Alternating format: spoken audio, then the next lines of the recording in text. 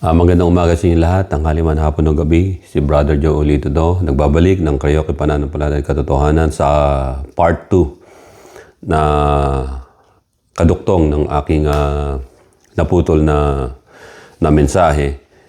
Sa pagkakataong ito ay lagi natin tandaan na ano pa man ang mangyari sa mundo o sa ano pa mang mga sitwasyon natin sa buhay. Lagi natin pakatatandaan na sinabi ng Panginoon, in this world you have tribulation. Pero sabi niya, lakasan niyo yung loob sapagkat yung mga nangyayari sa atin dito sa mundo ay hindi maikukumparehan sa kaluwalhatian na mararanasan at matatanggap natin pag nandun na tayo sa kanyang kaharian, sa kanyang walang hanggang kalangitan. Ang pamagat ko na binigay sa inyo ay si Jesucristo ay Diyos. Siya ay Diyos sa pasimula pa lamang, maging sa paglalang, maging bago pa dumating ang mga patriarchs ng mga Hebrew people o ng mga Israelites. Siya ay nandun na. Kaya sabi ng John chapter 1 verse 2, He was in the beginning with God or with the Father.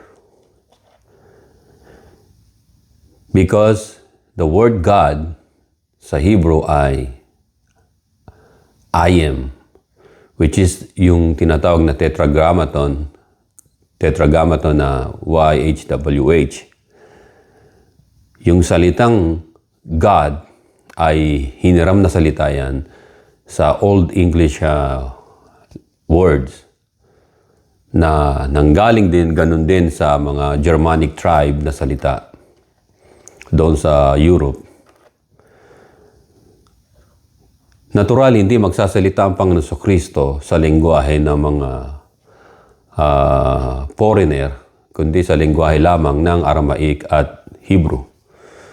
Nung sinabi niya, before Abraham was born, in-emphasis niya, I am, meaning God. So, ayun yung tetragrammaton. Kaya yung ibang tao, hinahanap nila na yung ibang religion na hindi naniniwala sa Panginoon Kristo, ang paniniwala nila si Jesus ay tao lang, anghel lang, at messenger lang, at propeta lang. Yung sinalita ng Panginoon, wala silang makikita kasi ang Biblia ay hindi nasulat sa English, kundi sa Hebrew. Original ay Hebrew, and then doon sa New Testament ay Greeks naman, Koine Greek. Maraming beses sinabi ng Panginoon na siya ang I am o siya ang Diyos na nakilala ng mga Hebrew people, ng mga propeta, ng mga tao sa bawat sulok ng lugar na yon ng Kanaan nung panahon ng mga Hebrew people ay ang pangalan niya ay tetragrammaton na YHWH. Sa ngayon ay nilagyan lang ng syllables at tinatawag na Yahweh. So, balit ng kahulugan noon, pinaliwanag na ng Diyos sa atin, ibig sabihin ay I am, at ang ibig sabihin ng I am ay ito ay He who is, na kung saan tinawag ang Panginoon doon sa Revelation chapter 4 verse 8, the four living creatures, each having six wings, yung mga anghel ng Diyos ito, yung mga cherubims, the four living creatures, each having six wings, were full of eyes around and within, and they do not rest day or night, saying, Holy, holy, Lord God, again, Lord meaning Yahweh, meaning I am, o He who is, and then the word God na ginamit dito ay Elohim. So, Yahweh Elohim, Almighty, makapangyarihan, na Anong sabi ng mga umaawit na for living creatures na yon na day and night walang tigil sa pagsamba at pag-awit sa Panginoon? Ang sabi niya doon sa Yahweh, Elohim, Almighty, Lord God Almighty ay Holy, Holy, Yahweh, Lord, I am. So Yahweh is I am, and in English word is Lord, God, Elohim, in Hebrew. Now, ang equivalent na ginamit ay God, Almighty. Ang sabi, who was and is to come. So yung Yahweh ay, the personal sacred name of God is He who is. At sabi rito, who was and is to come. Sino ang darating? Si Jesus Christ ang muling paparito. Sa Revelation chapter 22 verse 16 hanggang 30, yun sinabi ng Panginoon doon na ay Jesus at yung mga iba pang mga salitang sinalita niya, kinuot ko na lang yung madaling natin maintindihan yung bandang huli. Ang sabi niya, surely I am coming quickly. Sino sinasabi na who was and is na siyang tinatawag na Yahweh o Panginoon o Diyos na darating, who was and is to come na sinabi ng four living creatures ay doon sa Revelation 22, yung darating ay ang pangalan ay Jesus o Jesus na sinabi niya, surely I am. Ginamit niya na naman ang salitang I am, surely the Lord, Yahweh, I am, He who is, who was and is to come. Ang sabi, coming quickly sa kanya second coming. So dito ay si Jesus Christ ay higit pa sa salitang Ingles na God ang sinabi niya, kundi original Hebrew word and Hebrew form na tetragrammaton na I am, which is He who is, and which is also who was and is, meaning God sa modern English language. Subalit siya ay ang I am. So God and I am ang mas nakikilala ang Panginoon sa mga sinabi niyang I am, higit pa sa English word na God. I am, Jesus Christ said. Before Abraham was born, I am. I am the beginning and the end, Jesus said. I am the Alpha and the Omega. Yun ang pangalan ng Diyos. Yun ang ibig sabihin na He who is. Na wala siyang sino man na nauna sa Kanya o darating pa sapagkat ang Diyos ay nag-iisa lamang na Diyos na nagpahayag sa tatlong persona. Ang Diyos Ama, Diyos Anak at Diyos Espiritu Santo na tatlong persona, ngunit iisang Diyos. Only one God.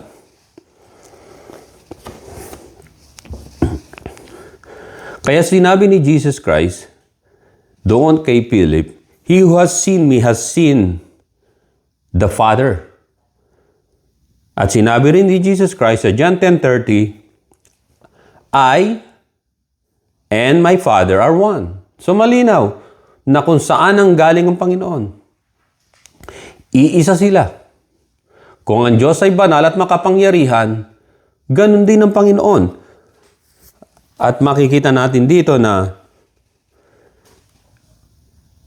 kahit si Haring David, na sinabi ng Panginoon sa aking Panginoon, ang sabi, sit at my right hand, umupo ka sa aking kanan, hanggang sa gawin ko ang iyong mga kaaway na tungtungan ng iyong mga paa. So therefore, sa verse 37 ng tinatawag na Mark chapter 12, sa verse 37, therefore David himself calls him, ang nagsasalita rito ang Panginoon Kristo, calls him who? Yung sarili niya, Jesus Christ, Lord. So how is He then His Son? Hindi pwedeng tawagin ni David na Lord ang kanyang anak o magiging ina po. Ang Diyos lamang ang siyang dapat na tawagin na Panginoon.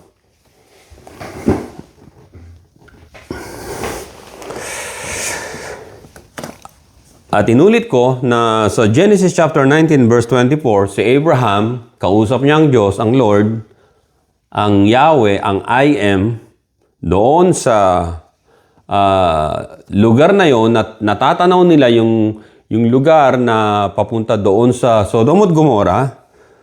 Ang sabi ng Genesis chapter 19 verse 24, nagpababa ng apoy ang Diyos ng Sodom at Gomorrah. Ang sabi rito sa verse 24, Then the Lord rained brimstone and fire on Sodom and Gomorrah. Saan nanggaling yung brimstone and fire? From the Lord out of heavens. Mula doon sa Panginoon na I am, na Yahweh, doon sa yung YHWH, doon sa langit.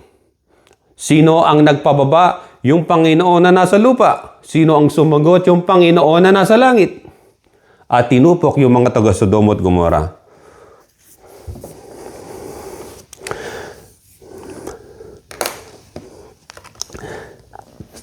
So, paano nangyari yun na gano'n na alam natin ang Panginoon Kristo ay nagkataong tao at bumaba? Sapagkat sinasabi nga dito sa Biblia na John chapter 1 verse 2, He was in the beginning with God, with I am. At Colossians 1:15, si Jesus Christ is the image of the invisible God. Si Kristo ang image ng invisible God. Ang Diyos ay invisible, pero meron siyang image na visible kasi nga yung Word became flesh, nagkatawang tao, and dwells among us. Kaya God and Jesus Christ as the Holy One. Ang Diyos at si Jesus Christ na nagkataong tao ay isang Holy One ayon sa Acts chapter 3 verse 14 at Isaiah chapter 43 verse 15. Dahil ang sinabi nga ni Apostol Pablo sa mga taga-Philippians, o mga Pilipos, ang sabi, sa chapter 2, verse 6 hanggang 11, who being in the form of God, sino yon? Si Jesus Christ did not consider it robbery to be equal with God. Ito pag sinabing kasabihan to, did not consider it robbery to be equal with God. Alam nyo, pag nakakuha kasi kayo ng halimbawa ng good deal, ang tawag dito kasi sa mga, kahit sa panahon natin ito, kahit sa panahon ng lumang panahon, ay you got a nice deal or you got a good steal. Ang tawag ron. Ibig sabihin, hindi nakuha ng iba, kundi siya lang nakakuha. Yung nakakuha ng magandang position o na magandang tinatawag na opportunity, ay nakasabihan doon, kung maintindihan ninyo. Saan sabi rito, did not consider it robbery to be equal with God. Hindi opportunity na maging equal sa Diyos. Kasi sa pasimula pa lamang, ay siya na yung Diyos. Siya na yung equal sa Ama at sa Espiritu Santo. Sapagkat 3 person ay equal na iisang Diyos o Godhead.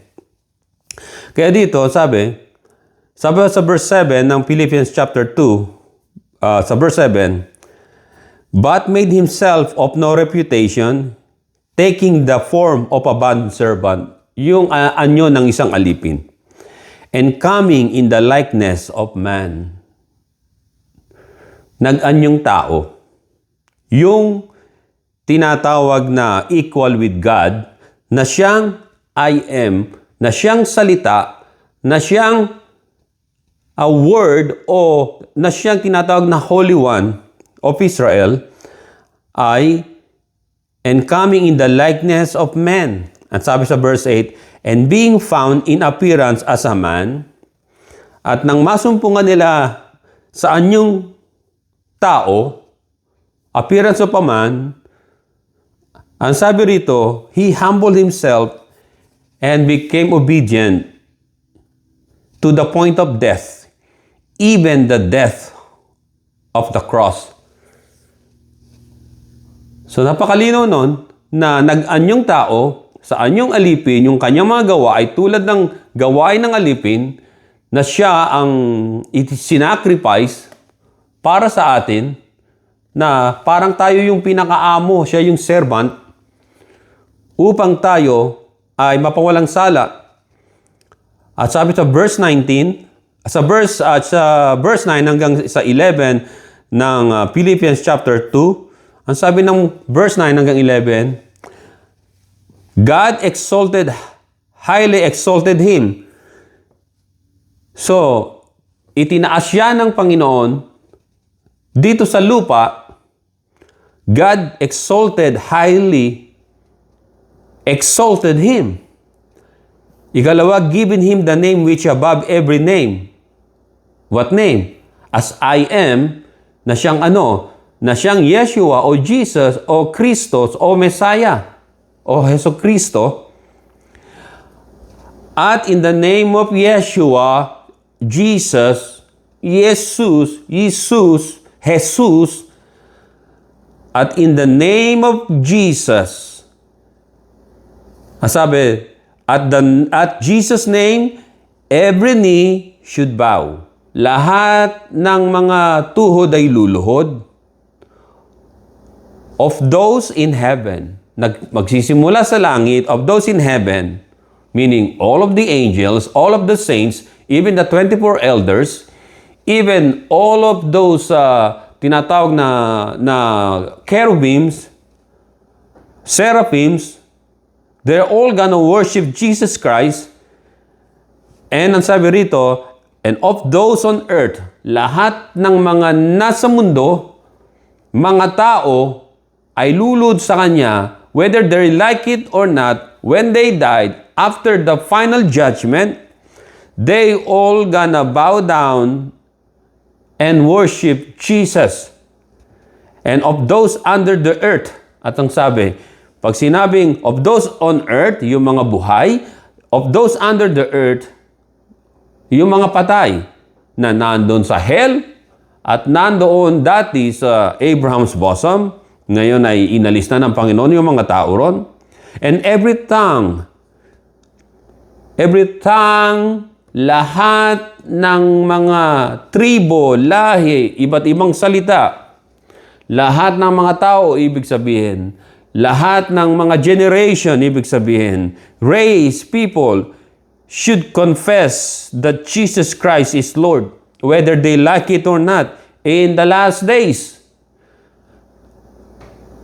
That Jesus Christ is Lord. From the original word of Tetragrammaton, YHWH, from the word I am. Every people will confess Jesus Christ is the Yahweh, the Lord, the great I am, the Almighty, na nagkatawang tao at siya'y bumalik na sa kanyang tinatawag na original na kalagayan. Kaya sabi rito, to the glory of God the Father, para sa kaluwalhatian ng Diyos Ama. Sabi sa Biblia sa 1 John chapter 5 verse 7, sa langit, sa istorya o sa tinatawag na history of heaven, history of creation, history of everything, for there are three that bear witness in heaven, bear records and bear witness in heaven, na hindi mapapabulaanan ng kung sino mang tao o religion, na nakasulat na roon, na nakatala na for there are three that bear witness in heaven.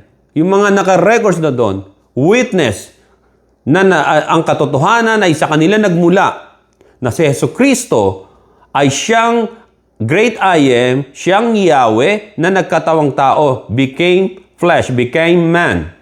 Kaya siya nagkatawang tao ay para tayo ay sa